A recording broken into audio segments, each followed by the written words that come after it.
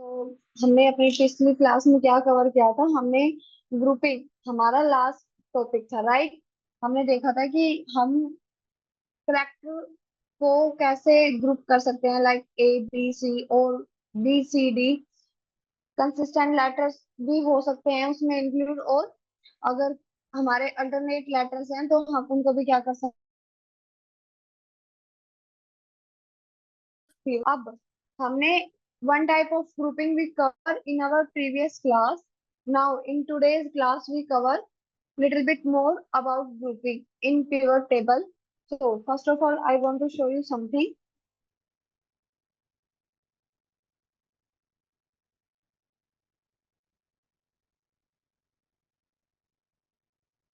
अब हमने अपना पिछले क्लास में देखा कि हम करेक्टर को ग्रुप कैसे कर सकते हैं, ए बी सी। फिर उस ग्रुप को क्या किया था, हमने रीनेम किया था अकॉर्डिंग टू आवर रिक्वायरमेंट। अब आपको यहाँ पे एम एन कॉलम में जो मेरा पिवट टेबल है, आपको उसमें दिख रहा होगा कि आपको यहाँ पर क्या है कि आप जो आपका डेट कॉलम होता है, कई बार रिक्वायरमेंट होती है कि आपको 10 से 15 साल पुराना डाटा मिल जाए और आपको बोला जाए कि इस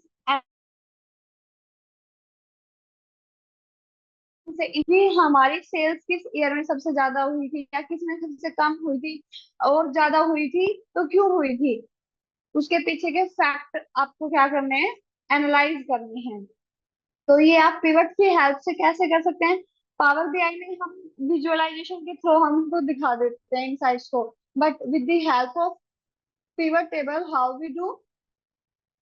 तो आपको यहाँ पे देखो, जैसा कि अब मैंने अपने इस पिवट को सेल को एक्टिव किया, और यहाँ पर राइट हैंड साइड में जो मेरे पिवट टेबल फिल्स हैं, इसमें मेरा फिल्टर में क्या है, सेगमेंट।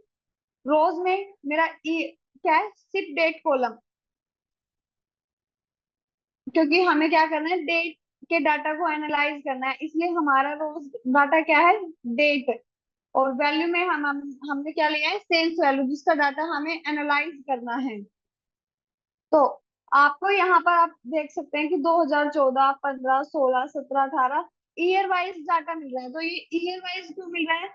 जबकि जब हमारी सेल्स होती है तो वो ऐसे होती है कि 1 जनवरी 2014 को इतना हुआ, 2 जनवरी 2014 को इतना हुआ। तो मुझे तो वही डाटा चाहिए, ना कि मुझे टोटल में चाहिए। तो इसको हम कैसे कर सकते हैं, आप अपने उस सेल को सिलेक्ट कीजिए, राइट क्लिक कीजिए, और आपके पास जैसे हमने लेटर को ग्रुप किया था और अनग्रुप किया था, वैसे ही हमारे पास डेट फंक्शन के लिए भी क्या है, ग्रुप और अनग्रुप फंक्शन है। और सेकंड हमारे पास, तो ग्रुप अनग्रुप फंक्शन हमने कवर किया था अपनी लास्ट क्लास में। In our today's class we cover expand and collapse. What is expand and what is collapse? तो अभी हमारा डाटा क्या है, कोलैप्स फॉर्म में है कि सारा 2014 का एक में कोलैप्स है, उससे और मुझे क्या चाहिए, उसके अंदर का भी डाटा मुझे चाहिए। तो हम क्या करेंगे, एक्सपेंड। अगर आपको डाटा कोलैप्स करना है, कि अगर आपके क्लाइंट का रिक्वायरमेंट है कि मुझे रो वाइज डाटा नहीं चाहिए, मुझे ईयरली डाटा चाहिए कि टोटल फिगर मुझे बताओ 2014 में कितना सेल हुआ, 2015 में कितना हुआ। तो अगर आपके पास उस टाइम पे डाटा रो में अवेलेबल है, तो आप किस फंक्शन के साथ मूव करेंगे, कोलैप्स के साथ। अगर आपके पास कोलैप्स में डाटा है, लाइक जैसे अभी हमें है कोलैप्स में डाटा अवेलेबल, और मुझे चाहिए रोज में डाटा, कि मुझे उससे इंसाइट्स निकालना है कि ठीक है, 26 जनवरी को हमने ऑफर था हमारे प्रोडक्ट्स पे, तो उस दिन हमारी सेल्स में क्या इफेक्ट हुआ। 15 अगस्त 2014 को भी हमारे यहाँ ऑफर था, तो उस दिन हमारी सेल्स में क्या इफेक्ट हुआ। तो ये सब चीजें क्या होंगी, तभी हमें पता चलेंगी, तब हमारे पास डाटा एक्सपेंड होके हमें मिलेगा as compare to collapse data. तो आई क्लिक ऑन एक्सपेंड। अब आपको कौन सा कॉलम सिलेक्ट करना है यहाँ पे, ship date column, and click on okay. तो अब आपको डाटा क्या मिलेगा, अगर आपके पास जो आपका डाटा सोर्स है जहां से आपने डाटा को पिवट में कन्वर्ट किया है, अगर वहां पे आपके पास डाटा का एंट्री है डे वाइज, रो वाइज, तो आपको वो एक्सपेंड करने पर आपको वो आपके पिवट के अंदर विजिबल होगा। बट अब आपका रिक्वायरमेंट है कि जैसे कि अभी यहाँ पर तो क्या है, डे हर मंथ की हर डेट को हमारे पास सेल्स हुई है। बट जैसे मैंने आपको अपना रिक्वायरमेंट बताया कि हमें सिर्फ मुझे 15 अगस्त का देखना था और मुझे 26 जनवरी का देखना था, तो मैं ऐसे मैनुअली स्क्रॉल करके क्या करूंगी, चेक करूंगी। बट अब मुझे उस डाटा से, बाकी के डाटा से रिमेनिंग 363 रोज मेरे लिए क्या है, अननेसेसरी रो है। तो मैं फिर से क्या करूंगी, right click, now I move with collapse one. तो यहाँ पे क्या ऑप्शन मिलेगा आपको, आपका डाटा किसमें अवेलेबल होगा आपके पास, एक्सपेंड फॉर्म में।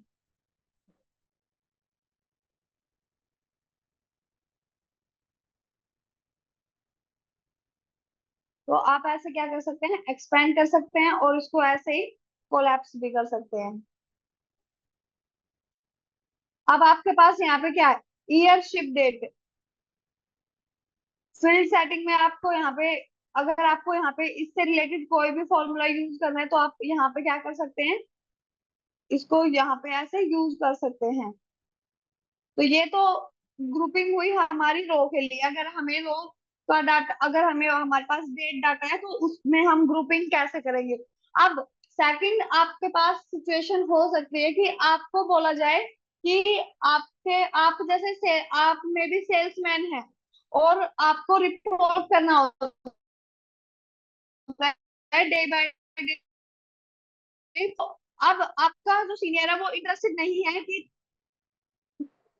कितना सेल्स आपने 50 के लिए, कितना आपने 100 के लिए, कितना 200 के लिए, क्या वो इंटरेस्टेड है ओवरऑल सेल में कि जीरो। उसको उसने आपको एक रेंज मेंशन की है, जैसा कि हमारे पास हमने अपने लॉजिकल फंक्शन में हमने एक सिचुएशन क्रिएट की थी कि अ, अगर क्रिकेटर का रन स्कोर 200 प्लस है तो उसको इतना बोनस है, अगर क्रिकेटर का रन स्कोर 400 प्लस है तो उसको 50% बोनस है। अब ऐसे क्या होता है, सेल्स एम्प्लॉय को अगर आप इस मंथ में या नेक्स्ट 6 मंथ में या 1 ईयर में अगर आप इतने कस्टमर कनेक्ट करते हो हमारे ब्रांच से, तो आपको क्या मिलेगा, इतना इंसेंटिव मिलेगा हमारी कंपनी की तरफ से। तो उसके लिए आपको एक रेंज मेंशन की है कि अगर आपके जो कस्टमर हैं वो 0 से 1000, अगर आपने जो हमसे कस्टमर कनेक्ट कराया अगर वो हमसे हर मंथ ऑर्डर करते हैं 0 से 1000 की रेंज का, अगर उनका सेल्स वैल्यू होता है तो हम उनको बोनस देंगे इतना, और 1000 से 2000 है तो इतना। तो आप वो रेंज कैसे, अब आप क्या करोगे कि आप जब सेल्स कर रहे हो अपनी ब्रांच, अपनी कंपनी के लिए, तो आप एक एक्सेल शीट प्रिपेयर करोगे जहां पर आप मैनुअल एंट्री करोगे जितना आपके कस्टमर वहां पे सेल कर रहे हैं। तो आपने, for example give me second,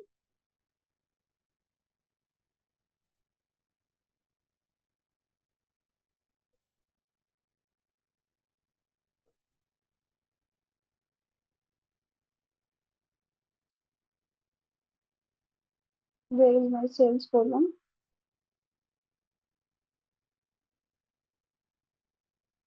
I am not able to find my sales column, where is it, cancel,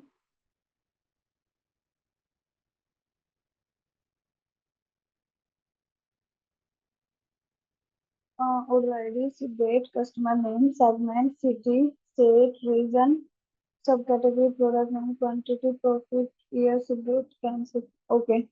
सो तो आपका क्या हुआ कि आपको रिक्वायरमेंट मिला कि आपको ऐसे ऐसे करना है। तो अब मैं क्या करूंगी, सेल्स कॉलम को वापस,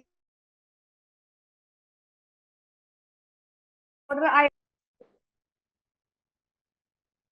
अब हमारे पास total count of order ID यहाँ पे कितना है, 10,000। अब हमें, अब हमारे पास हमारी कंपनी को तो पता है कि जितने भी हमारे सेल्स के एम्प्लॉय हैं उन्होंने टोटल कितने कस्टमर, जितना उनका कस्टमर था उनका टोटल काउंट, ऑर्डर आईडी का काउंट कितना है, 10,000।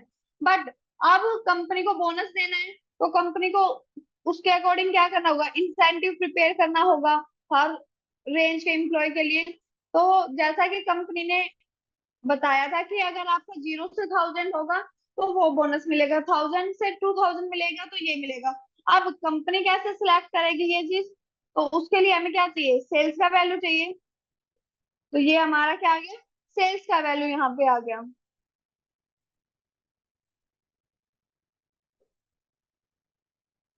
अब हम इनको क्या करेंगे,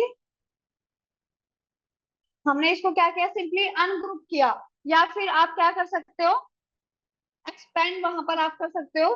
but at that time I am not able to find my sales column in my से column list, so I use group ungroup function. So now we will move with our expand and collapse topic.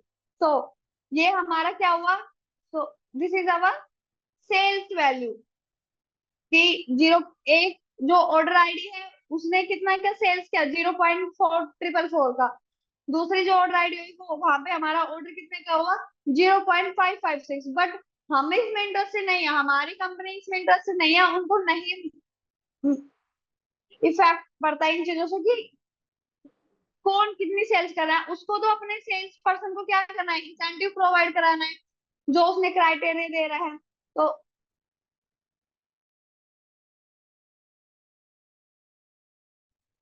Collapse,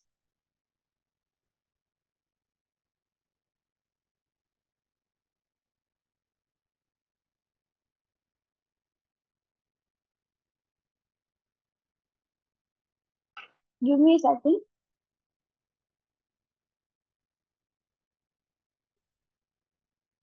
यहाँ पर हम क्या कर रहे हैं, range grouping कर रहे हैं। तो जब हम एक्सपैंड और कोलैप्स हमने देखा कि हमने क्या किया था वहां पर, अपने डाटा को, अगर हमारा डेट फंक्शन है, डेट फंक्शन के लिए कौन सा फंक्शन वर्क कर रहा है, एक्सपैंड और कोलैप्स। अब हमें क्या करना है, रेंज ग्रुपिंग करना है। तो हमने कैरेक्टर ग्रुपिंग देखा, उसमें हमें राइट क्लिक करके सीधा क्या करना है, ग्रुप और अनग्रुप करना है। But now we are looking for range grouping कि हमें पर्टिकुलर इस रेंज के लिए ये ग्रुप मतलब कि बनाना है, और इस रेंज के लिए हमारे पास ये ग्रुप होना है। तो जब आप रेंज सिलेक्ट करते हैं और ग्रुपिंग करते हैं, तो वहां पर आपका टेक्स्ट फॉर्मेट था, तो वहां पर आपका सिंपली क्या हो रहा था, जितना एरिया जितना सेल आपने सिलेक्ट किया था वो एक ग्रुप में कन्वर्ट हो रहा था। But this time we have number format. तो नंबर फॉर्मेट के टाइम पे जब हमने ग्रुप आइकन पे क्लिक किया, तो यहाँ पर हमसे पूछा है कि स्टार्टिंग, ठीक है कि वो अंडरस्टैंड कर रहा है एक्सेल कि ठीक है आप रेंज के लिए ग्रुप बना रहे हैं, तो आपका जो रेंज है वो स्टार्टिंग कहाँ से है। तो हमारी सबसे स्मॉलेस्ट वैल्यू और सबसे हाईएस्ट वैल्यू उसने दिया है कि स्टार्टिंग यहाँ से है, एंडिंग यहाँ पे है। बट हम क्या करेंगे, 0 से स्टार्टिंग करेंगे और हाईएस्ट वैल्यू हमारी ये है। अब आपके पास थर्ड डायलॉग बॉक्स है बाय, कि जो आपका रेंज है उसमें कितना डिफरेंस आप चाहते हैं कि आप रिक्वायरमेंट, कितने कस्टमर ने हमारे यहाँ से ऑर्डर किया है उनके सेल्स पर्सन को इतना इंसेंटिव मिलेगा, तो हमारा तो 1000 के लिए है। तो हम यहाँ पे कितनी वैल्यू पुट करेंगे, 1000 एंड क्लिक करेंगे ओके। तो अब 0 से 1000 ऑर्डर करने वाले कितने ऑर्डर आईडी है, 9532। अब तो कंपनी को इजीली क्या हो गया, यहाँ से एक इंसाइट मिल गया कि सबसे कम इंसेंटिव उनको, सबसे ज्यादा इंसेंटिव उन्हें किस चीज के लिए देने हैं, कि मोस्टली जो कस्टमर थे उन्होंने 0 से 1000 के बीच का ही क्या किया है, वहां से उनके कंपनी से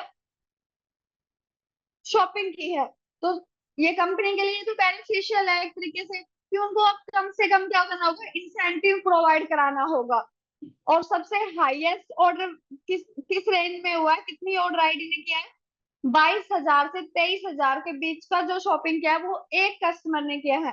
तो ये एक जो कस्टमर है वो एक सेल पर्सन का होगा, तो उसको क्या मिलेगा, उस सेल पर्सन को हाईएस्ट इंसेंटिव यहाँ से क्या होगा, इजीली कंपनी इंसाइट यूज करके उस सेल पर्सन को क्या करेगी, हाईएस्ट इंसेंटिव प्रोवाइड कराएगी। Understand everyone? If anyone have any doubt, please unmute yourself and let me know. अब हमने कितनी टाइप्स की ग्रुपिंग कवर की? सबसे पहले हमने देखा कि टेक्स्ट,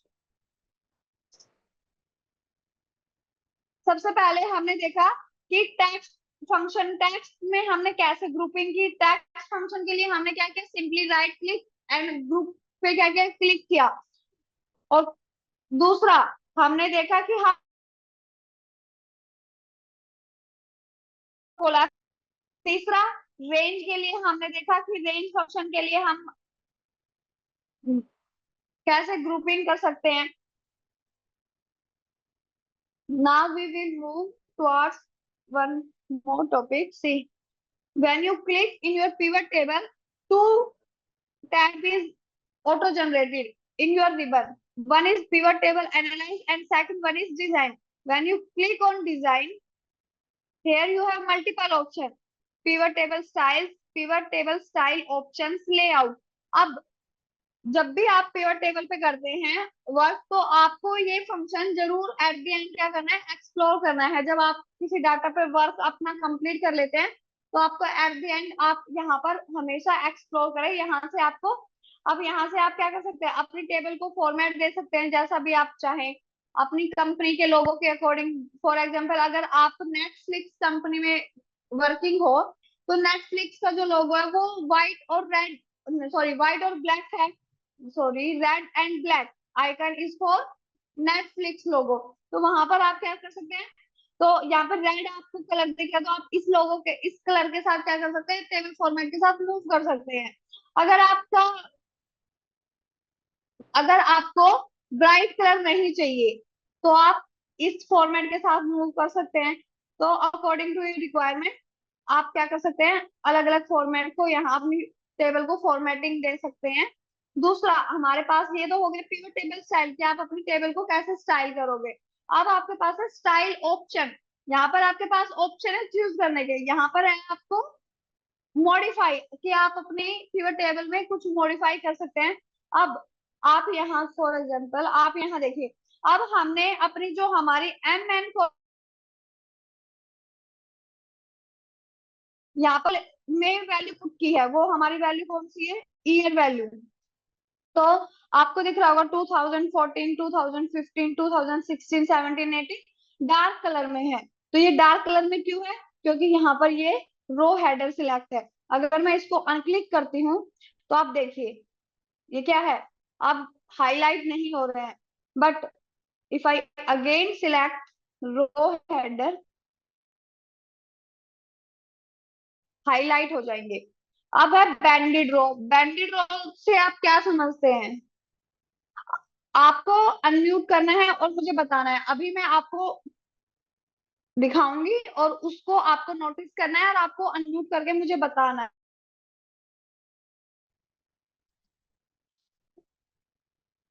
बताइए टेबल में क्या इफेक्ट हुआ बैंडेड रो क्लिक और अन पे, anyone? When we selected banded row, the even number years highlighted with gray color and the odd number years remain white. Yes, but see, even और ओड नंबर यहाँ पर matter नहीं करता। यहाँ पर मैटर क्या करता है कि अल्टरनेट रो आपकी क्या। तो देखो, अब हमने क्या किया, हमने ग्रुपिंग कवर किया। हम क्या थे, पिवट टेबल डिजाइन ऑप्शन को हमने कवर किया। तो हमने बैंडेड रो देखा कि बैंडेड रो का क्या इफेक्ट होता है। इफेक्ट कुछ नहीं, सिर्फ क्या होता है कि आपकी टेबल में थोड़ा बहुत रिफ्लेक्ट वहां पर होगा। अगर, और ये थोड़ा क्या होता है, इंप्रेसिव होता है। अगर आप बैंडेड रो रखते हैं, आपका डाटा हाईलाइट हो जाता है वहां पर, कि एक रो आपका हाईलाइट है, दूसरा डिम है, फिर हाईलाइट है, फिर डिम है। तो आपका क्या होता है कि डाटा इंप्रेसिव होता है, वहां पे इंप्रेशन अच्छा होता है। अब यहाँ पर है कॉलम हेडर। आप इस वैल्यू में छोड़ना ही। अब यहाँ पर हम देखेंगे हमारे इस टेबल के अंदर कि अगर हम कॉलम हेडर सिलेक्ट करते हैं, अब मैंने कॉलम हेडर को अनक्लिक किया तो हमारे सारे कॉलम नेम्स क्या हो गए, जो कॉलम हेडर हैं वो हाईलाइट नहीं है अभी। अगर मैं इसको क्लिक करती हूँ तो ये हाईलाइट, तो ये चीजें क्या करती हैं, डाटा को इफेक्टिव बनाती हैं, इंप्रेसिव बनाती हैं। तो इन चीजों को हमेशा अपने माइंड में रखना है कि जब हम डाटा रो वाइज डाल रहे हैं तो हमारा वहां पे रो हेडर क्या होना चाहिए, ऑलवेज चेक्ड होना मैम चाहिए। Yes. Ma'am I just wanted to ask, when is the last day to submit the assignment, the second assignment? देखो, फर्स्ट ऑफ ऑल मैंने आपको असाइनमेंट नेक्स्ट क्लास में दिया था, वहां पर मैंने आपको बोला था कि जो ये सेकंड असाइनमेंट है ये आपको अपनी नेक्स्ट क्लास से पहले सबमिट करना है, जो कि आज है। तो इस टॉपिक पर हम बाद में बात करेंगे। वो इजी हिमांशु, Yes ma'am. इस पे हम बाद में डिस्कस करेंगे, पहले हम अपना आज का टॉपिक कवर करते हैं, फिर मैं आपको असाइनमेंट से रिलेटेड कुछ बातें बताऊंगी। ओके। Okay ma'am. तो ये हमने देखा कि हमारे पास जब हम हमारी वैल्यूज कॉलम वाइज होती है तो हमें क्या करना है, कॉलम हेडर ऑलवेज चेक रखना है, और रो वाइज डाटा होता है तो हमें रो लेवल को हमें क्या करना है, चेक रखना है वहां पर। तो हमने यहाँ पर बैंडेड, सेम बैंडेड कॉलम होते हैं कि आपका एक फिल होगा, एक अनफिल होगा, एक फिल होगा, एक फिल होगा, अल्टरनेट कॉलम्स पे ऐसे ही होगा आपका। तो ये तो हुआ आपका बैंडेड रो या banded column, column header, row header. Second option में ये चीजें हैं। थर्ड सबसे इंपॉर्टेंट फंक्शन होता है आपका सब टोटल। अब आपने देखा होगा कि give me second, I show you something.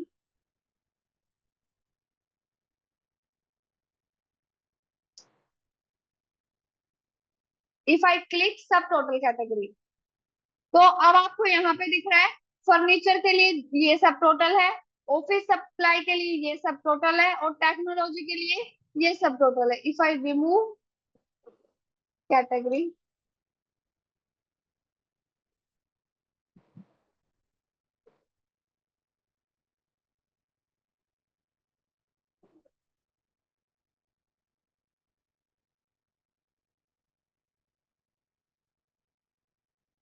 तो आपके पास यहाँ पे कितने ऑप्शन है, थ्री ऑप्शन है कि do not show sub total, show all सब total at bottom of group, show all सब total at top of group.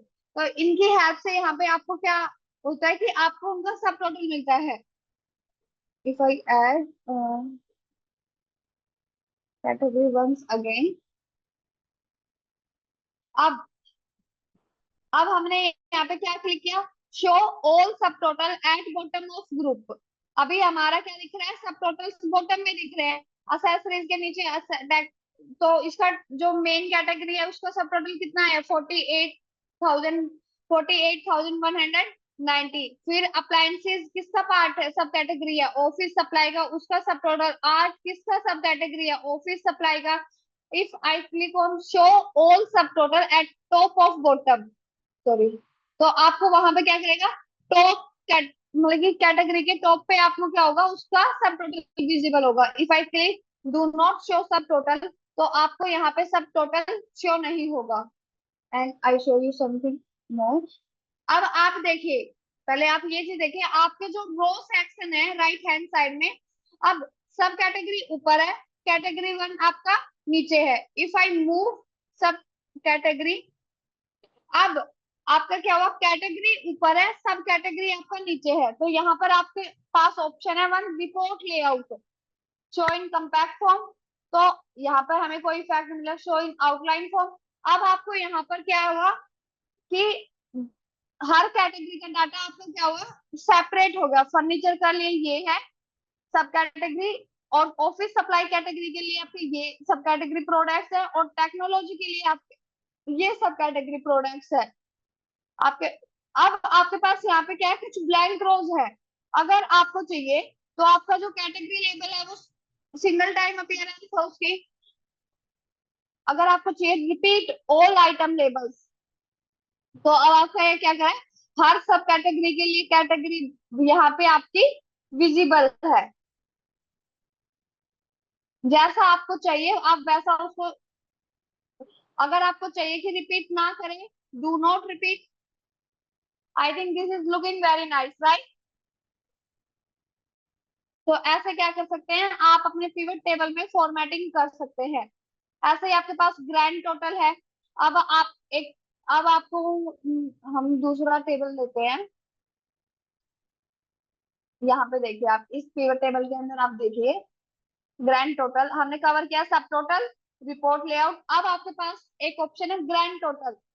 अब आपको यहाँ पर इस टेबल में क्या हो रहा है, 2014 की रो के लिए अलग से आपको टोटल मिल रहा है, 2015 के लिए अलग से, 2016 के लिए, 2000 हर रो के लिए आपको एक वैल्यू मिल रही है। और नीचे आपको क्या मिल रहा है, ग्रैंड टोटल। तो आपके पास यहाँ पे 4 ऑप्शन है कि ओ फॉर रोज एंड कॉलम, कि आपको जो ग्रैंड टोटल है वो ना तो रो के लिए दिखे ना वैल्यू के लिए दिखे। अब जैसे ही मैंने ये क्या क्लिक किया, तो अब हमें हमारा क्या था, यहाँ पे कॉलम का ग्रैंड टोटल विजिबल था, तो अब वो विजिबल नहीं है। If I click on for column, तो आपको यहाँ पे कॉलम का टोटल दिख रहा है। ऐसे ही आपके पास यहाँ पर हमारे इस डाटा में सिर्फ क्या है, हमारे पास कॉलम के लिए ग्रैंड टोटल है। हमारे पास ऐसा कोई सीट नहीं है जिसमें हमारे पास रो के लिए ग्रैंड टोटल अवेलेबल हो। तो here you have 4 option for on for row only. अगर आपको सिर्फ रो का ग्रैंड टोटल चाहिए, अगर आपका हॉरिजॉन्टली डाटा है और आपको चाहिए सिर्फ मेरा रो का डाटा ही टोटल हो, तो वहां पर आप मूव कर सकते हैं ऑन फॉर रो ओनली। अब यहाँ पर हमारा वर्टिकल डाटा है, तो यहाँ पर हम सिलेक्ट करेंगे ऑन फॉर कॉलम ओनली। अगर आपको चाहिए कि मुझे रो के लिए भी और कॉलम के लिए भी, फॉर एग्जाम्पल आपका जो रो लेवल है वो है student name. I give you one scenario, understand it. आपका क्या है कि जो रो लेवल है वो क्या है, स्टूडेंट नेम, और आपका जो कॉलम हेडर है वो है सब्जेक्ट नेम। अब सब्जेक्ट है physics, chemistry, math, English, eco, तो आपके ये सब्जेक्ट है। और अब आपको चाहिए जो आपके स्टूडेंट है, फॉर एग्जाम्पल अमन,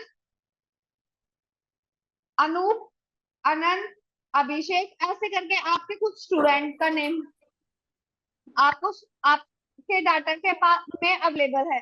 तो आपने लिखा अनंत के इंग्लिश में दिस मार्क्स, मैथ में ये मार्क्स, इंग्लिश में इतने, इको में इतने। तो आप वहां पे आपने क्या किया, हॉरिजॉन्टली डाटा प्रोवाइड किया, राइट। हर स्टूडेंट के लिए आपके पास क्या है, रो में डाटा अवेलेबल है।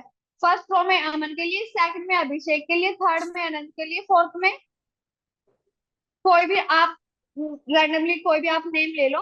तो ऐसे आपके पास क्या है, हर रो में एक स्टूडेंट, स्पेसिफिक एक स्टूडेंट का डाटा अवेलेबल है। तो अगर आपको इसका ओवरऑल परफॉर्मेंस देखना है स्टूडेंट का, तो आप कैसे करेंगे, रो टोटल करेंगे ना, राइट। आपको क्या किसका चाहिए, रो ग्रैंड टोटल। अगर आपको स्टूडेंट परफॉर्मेंस चेक करना है, तो आप क्या करेंगे, वहां पे रो ग्रैंड टोटल ऑन करेंगे। बट अगर अब मुझे, अब हमने सारा किया, अनंत के इतने मार्क्स है सारे सब्जेक्ट में, हमें सारे स्टूडेंट्स के मार्क्स फिल किए। अब मुझे देखना है कि मैंने स्टूडेंट का तो ग्रैंड टोटल देख लिया रो ऑन करके। अब मुझे चाहिए कि फिजिक्स, जो हमारे जो लेक्चरर हैं जो फिजिक्स पढ़ाते हैं, वो उनका परफॉर्मेंस कैसा है। ओवरऑल स्टूडेंट ने 9th standard, 10th standard, 11th standard, 12th standard, 4 class के स्टूडेंट्स का डाटा था। हमने ओवरऑल परफॉर्मेंस चेक करनी है कि फिजिक्स में ओवरऑल बच्चों ने कैसा परफॉर्म किया, केमिस्ट्री में कैसा किया, मैथ में कैसा किया, इंग्लिश में कैसा किया। तो इसके लिए हमें क्या जरूरत होगी, इसके लिए हमें नीड होगी कॉलम का grand total, right. Understand, yes और नो, समझ आया। जो मैं आपको एक सिनेरियो जो दे रही हूँ कि आपका जो स्टूडेंट का डाटा है वो रो वाइज है, बट आपका सब्जेक्ट का डाटा कैसे पुट हो रहा है आपकी सीट के अंदर, हॉरिजॉन्टली, राइट। तो वहां पर आपको क्या चाहिए, आपको नीड होगी, आपको ग्रैंड टोटल चाहिए रो के लिए भी और ग्रैंड टोटल चाहिए कॉलम वाइज भी। तो आप वहां पर किस फंक्शन के साथ मूव करोगे, on for row and column. Understand और note, yes or no, unmute yourself and let me know.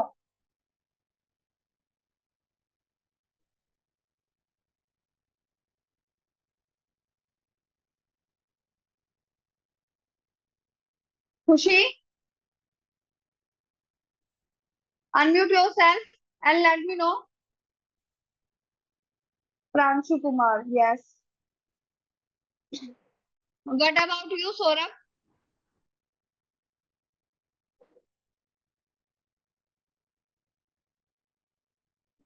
Yes. Ma'am please repeat.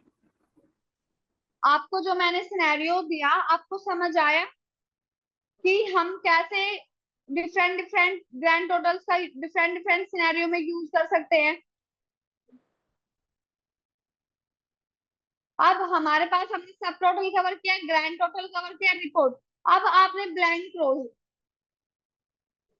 Insert blank line after each item. अब आपको, आपने देखा होगा कि कई बार आपको जो, आपको इंडस्ट्री में अलग अलग इंडस्ट्री का अलग अलग पैटर्न होता है कि आपको पॉसिबिलिटी है कि आपको सिर्फ अल्टरनेट रोज में ही डाटा मिले। हर एक सिंगल रो के बाद आपको एक ब्लैंक रो वहां पर होगी और उसके अल्टरनेट रो में आपको डाटा होगा। तो ये हर कंपनी का एक पैटर्न होता है। अगर आपको, अब आपको अपनी टेबल में चाहिए कि वही मुझे फॉर्मेट फॉलो करना है, तो आप सिंपली अपनी टेबल पे, जिस टेबल में आपको चाहिए, सिलेक्ट करें और ब्लैंक रो करके insert blank line after each item.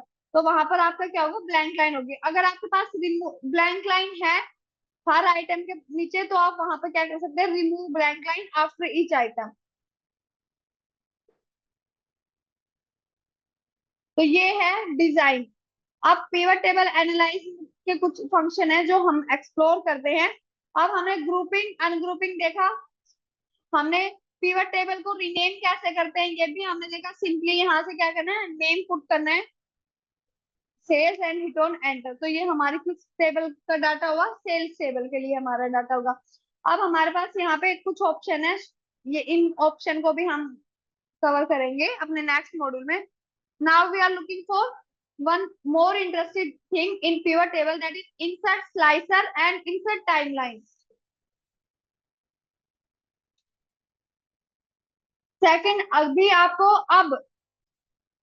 आ, अब मेरा आपसे क्वेश्चन है, आपने पूरा पिवट टेबल कवर किया, मोस्टली 95% हमने पिवट टेबल के सारे फंक्शंस, सारे फिल्टर्स, कॉलम्स, वैल्यू, रो, हमें सब कुछ पता है कि कहाँ से हमें फंक्शन चेंज करने हैं। जैसे कि अगर मुझे रो के लिए फंक्शन चेंज करना है तो मेरे पास यहाँ पे फील्ड सेटिंग का ऑप्शन है।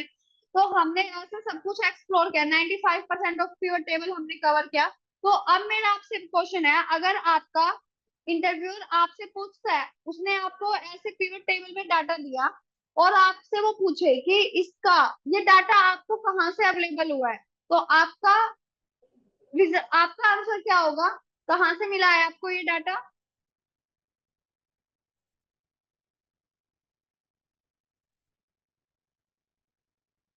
कहाँ से मिला है आपको ये डाटा? कैसे बताओगे अपने इंटरव्यूअर को कि हमें ये डाटा कहाँ से मिला है? सिंपली कुछ नहीं करना है आपको। जब भी आपके पास कोई भी, अगर आपका इंटरव्यूअर आपको टास्क देता है पिवट टेबल के लिए, तो आपको पिवट टेबल को बना के देगा। उसका हो सकता है रिक्वायरमेंट, उसने पिवट टेबल कुछ बनाया है और रिक्वायरमेंट किसी और का है, बट पिवट टेबल अवेलेबल होगा। अगर वो पिवट टेबल का टास्क आपको दे रहा है, तो आपको जनरली, अगर वो आपसे पूछता है कि आपका डाटा सोर्स कहाँ से आ रहा है, आपका डाटा कहाँ से आ रहा है, तो आपके पास वहां पर दो ऑप्शन होंगे, पिवट टेबल एनालाइज और डिजाइन। अब डिजाइन हमने पूरा एक्सप्लोर किया पिवट टेबल का, उसके अंदर ये फंक्शन कहीं भी अवेलेबल नहीं है। अब है आपको पिवट टेबल एनालाइज। तो यहाँ पर डाटा के अंदर, अब डाटा पास ऑप्शन होता है चेंज डाटा सोर्स। जब आप इस पे क्लिक करते हैं, click on change data source, तो अब आपके पास आपकी स्क्रीन पर एक पॉपअप है कि क्या इस रेंज, आपको सबसे पहले क्या दिया है, सीट नेम दिया है पिवट टेबल, जहां से हमने क्या किया था, डाटा को ट्रांसफर किया था, कन्वर्ट किया था पिवट टेबल फॉर्मेट के अंदर। दूसरा, आपको वो बता रहा है कि रेंज क्या थी उसकी रेंज थी A1 टिल Q1 10,001। तो आपको सिंपली वहां से क्या पता चल रहा है कि आपका डाटा सोर्स कहां पर अवेलेबल है। अब हमें पता है कि मेरा डाटा कहां से आ रहा है, एक्सेल में पिवट सीट के अंदर से इस रेंज का मेरा डाटा मुझे प्रोवाइड कराया गया है अपने, मेरी इस टास्क के लिए। आपको इजीली पता चल गया। तो ऐसे आप क्या कर सकते हैं, अपना डाटा सोर्स वहां पर चेक कर सकते हैं। अब सेकंड क्वेश्चन की हम पिवट, अब मैंने आपको पिवट टेबल स्टार्ट कराने से पहले आपको बताया था कि पिवट टेबल में जो चेंजेस, जो कैलकुलेशन हम वन टाइम परफॉर्म करते हैं वो क्या हो जाती है, हमेशा के लिए वहां पर क्या हो जाती है, फिक्स हो जाती है। हमें वो कैलकुलेशन बार बार करने की नीड नहीं होती, मैनुअली हमें वहां पे नहीं करना होता।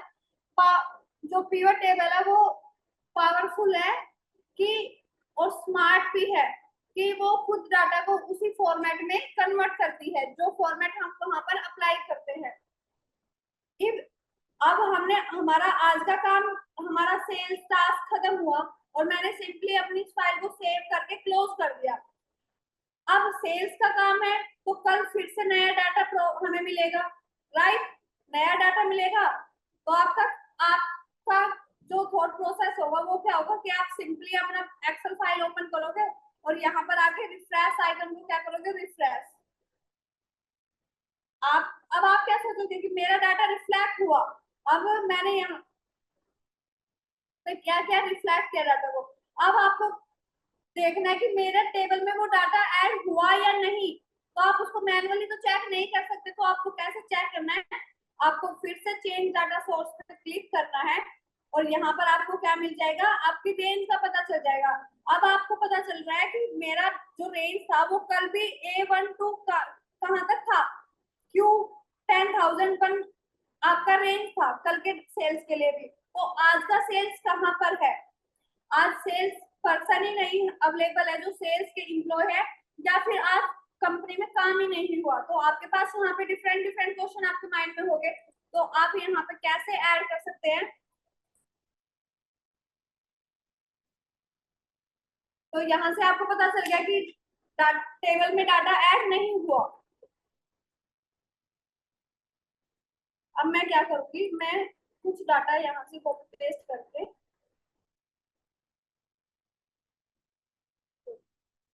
तो यहाँ से कॉपी करूंगी, Ctrl+C और पेस्ट कर दूंगी, Ctrl+V। अब हमारे पास कहाँ तक है, 10,019 की रेंज तक हमारे पास हमारा डाटा है। अब मैंने इसको क्या किया, हमारे पास जो हमारे सेल्स एम्प्लॉय क्या कर रहे हैं वो मैनुअली ऐड कर रहे हैं और वो यहाँ मेरे सिस्टम में क्या हो रहा है, रिफ्लेक्ट हो रहा है। तो ये 10,001 से कहाँ तक आ गया, 10,019 आ गया। अब आपको सिंपली कुछ नहीं करना है, आपको क्या करना है,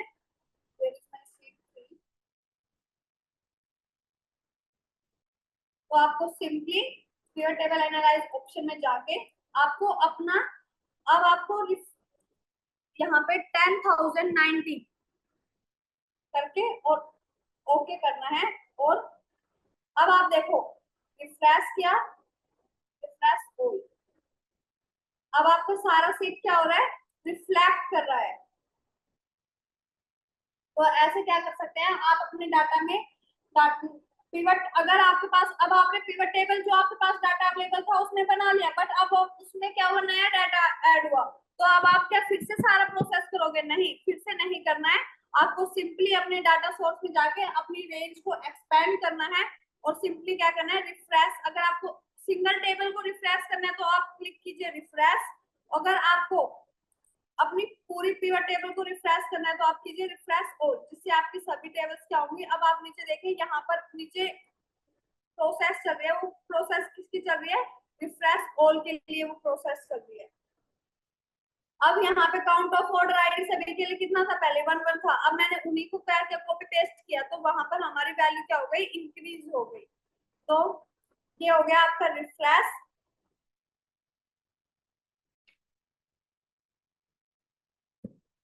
सेकंड, अब मेरे जो हमारा जो पिवट टेबल डाटा है ये हमारे पास डाटा है, राइट। अब हमारे डाटा में मेरे पास एक कॉलम है प्राइस कॉलम। अब मेरे जो कंपनी के सीईओ हैं, ये हमारा प्राइस था 2023 तक के सेल्स डाटा पे, but now my CEO want कि उनको प्राइस क्या करना है, इंक्रीज करना है 10%। अपने जो जितने भी प्रोडक्ट वो लॉन्च कर रहे हैं 2024 के लिए, या जो उनके ऑलरेडी मैन्युफैक्चर प्रोडक्ट थे उनको वो क्या कर रहे हैं, उनका रेट इंक्रीज कर रहे हैं 10%। तो सिंपली वैसे हम क्या करेंगे, is equal to price cell into 1.1 for 10%, right.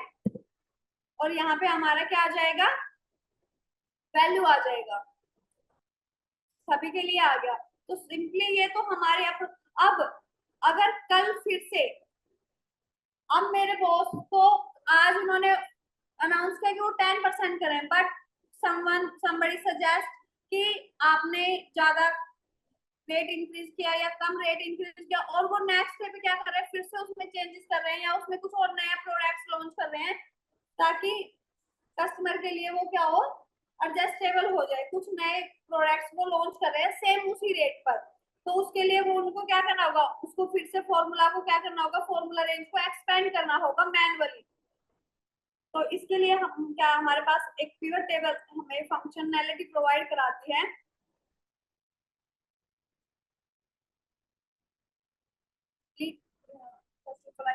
Same table,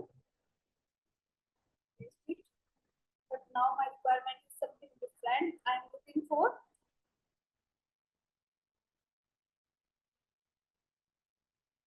अब हमारे पास क्या है, price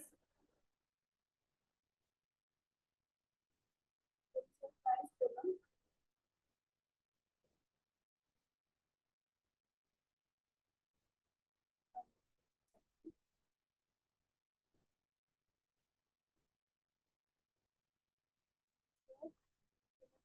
We will make another pivot table because जो फर्स्ट पिवट टेबल हमने कॉपी पेस्ट किया वो हमारे प्राइस कॉलम से पहले तक का था, उसमें हमने अपना प्राइस कॉलम उस टाइम पे जब हमने वो पिवट टेबल जनरेट किया उस टाइम पे हमारे डाटा में क्या था, प्राइस कॉलम अवेलेबल नहीं था। तो हम इसको क्या करेंगे, एक नया पिवट टेबल अपना प्रिपेयर करेंगे सेम रेंज के साथ।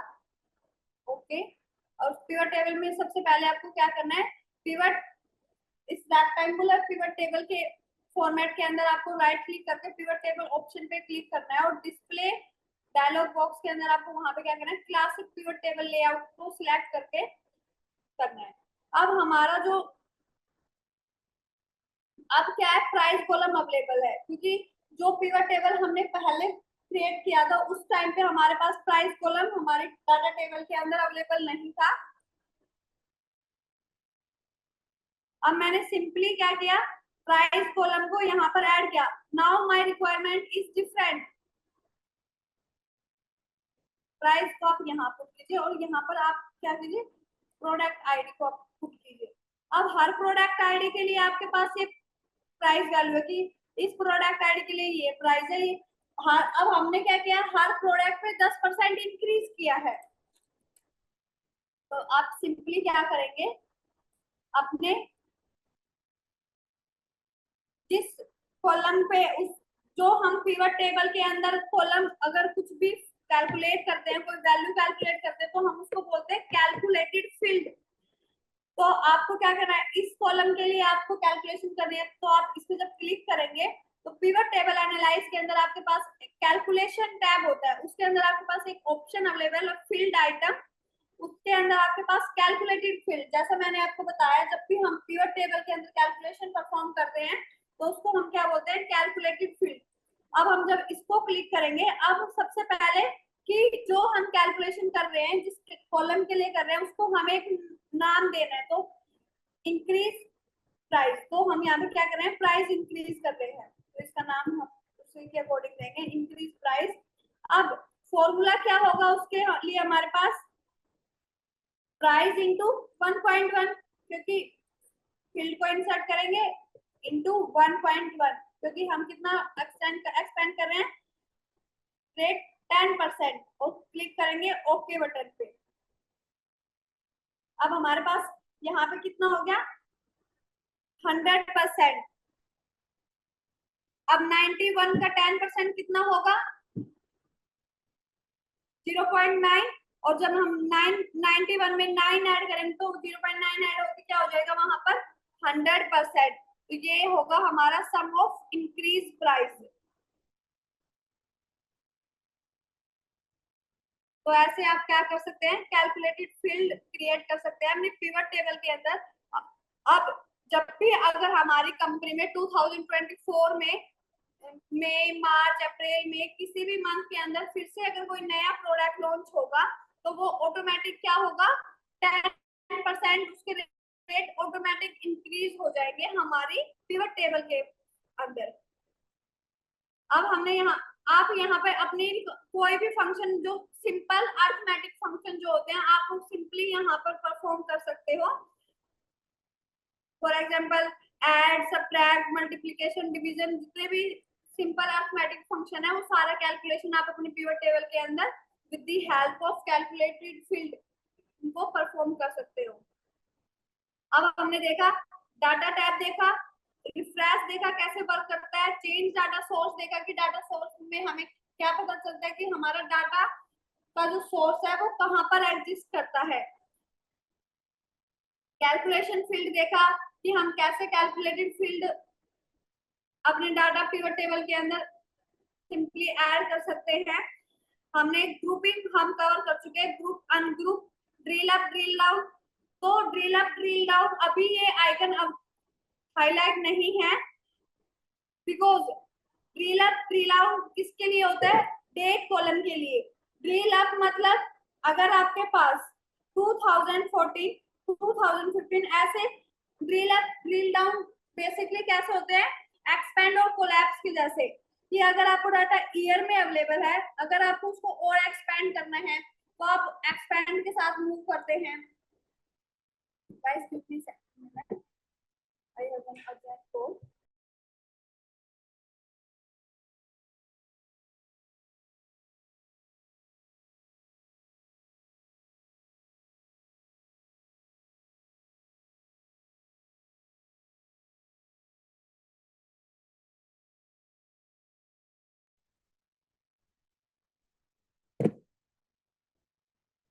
तो आज के लिए हमने कितना कवर किया, हमने design tab, pivot table analyse में ग्रुप अनग्रुप बहुत सी चीजें देखी, मोस्टली पिवट टेबल हमने कवर कर दिया। अब हम अपनी नेक्स्ट क्लास में इसको कंप्लीट करेंगे और अपने डेट फंक्शन कुछ टॉपिक्स है हमारे जैसे पिवट टेबल ऑप्शन और ये जो मैंने अभी आपको बताया ड्रिल अप ड्रिल डाउन, ये हम अपनी नेक्स्ट क्लास में कवर करेंगे। अभी टाइम हमें अलाउ नहीं करेगा, हमारा सेम जून पर एक अलग बैच स्टार्ट होना है, तो अभी के लिए हम अपना आज का सेशन वाइंड अप करते हैं। अगर किसी का कोई डाउट है तो आपके पास ग्रुप है, मेरा पर्सनल नंबर है, आप मुझे वहां पे मैसेज ड्रॉप कर सकते हैं। For today that is enough. I stop my screen now. Can you clarify the assignment? Anyone have any doubt, drop me message in WhatsApp. Ma'am, can you please clarify the assignment? Bye everyone. Please. Thank you so much, guys, for the joining. Have a nice day.